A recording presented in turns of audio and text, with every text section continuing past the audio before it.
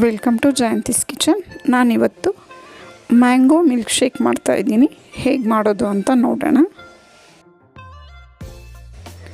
ಒಂದು mixie jar ತಗೊಂಡು ಅದಕ್ಕೆ ಮಾವಿನ ಹಣ್ಣನ್ನೆಲ್ಲ ಈ ರೀತಿ ಸಿಪ್ಪೆ ತೆಗೆದು ಈ ಪಲ್ಪೆಲ್ಲ ತೊಗೋಬೇಕು.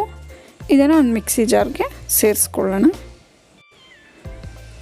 ಇದಂತೂ ತುಂಬಾ ಟೇಸ್ಟಿಯಾಗಿರುತ್ತೆ. ಹಣ್ಣೆಲ್ಲ ಸೇರಿಸ್ಕೊಂಡು ಚೆನ್ನಾಗಿರುತ್ತೆ. ಈಗ 1-2 ಟೇಬಲ್ ಸ್ಪೂನಷ್ಟು ಮಿಲ್ಕ್ ಪೌಡರ್ ಸೇರಿಸ್ಕೊತಾ ಇದ್ದೀನಿ. ಮಿಲ್ಕ್ ಪೌಡರ್ ಬದಲಾಗಿ ಮಿಲ್ಕು ಸೇರಿಸ್ಕೋಬೋದು. 3 ಟೇಬಲ್ ಸ್ಪೂನ್ 3-4 ಟೇಬಲ್ ಸ್ಪೂನಷ್ಟು ಸಕ್ಕರೆ ಸೇರಿಸ್ಕೊತಾ ಇದ್ದೀನಿ. ಇದಕ್ಕೊಂದು ಸ್ವಲ್ಪ ನೀರು ಸೇರಿಸ್ಕೊಂಡು ರುಬ್ಕೊಂಬರೋಣ. ಈಗ ಇದು ರುಬ್ಕೊಂಡಾಗಿದೆ. ಈಗ ಸರ್ವ್ ಮಾಡ್ಕೊಳ್ಳೋಣ.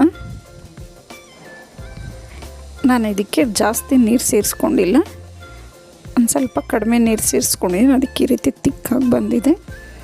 ಈ ರೀತಿ ಮಾಡಿಕೊಂಡ್ರೆ ತುಂಬ ಚೆನ್ನಾಗಿರುತ್ತೆ.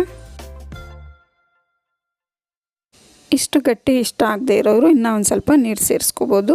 ಈಗ ರುಚಿಕರವಾದ ಮ್ಯಾಂಗೋ ಮಿಲ್ಕ್ ಶೇಕ್ ರೆಡಿಯಾಗಿದೆ. ನಿಮಗೆ ಈ ರೆಸಿಪಿ ಇಷ್ಟ ಆದರೆ ಲೈಕ್, ಶೇರ್ ಆ್ಯಂಡ್ ಸಬ್ಸ್ಕ್ರೈಬ್ ಮಾಡಿ. ನಿಮ್ಮ ಅನಿಸಿಕೆ ಅಭಿಪ್ರಾಯವನ್ನು ಕಮೆಂಟ್ಸ್ ಮೂಲಕ ತಿಳಿಸಿ. Thank you.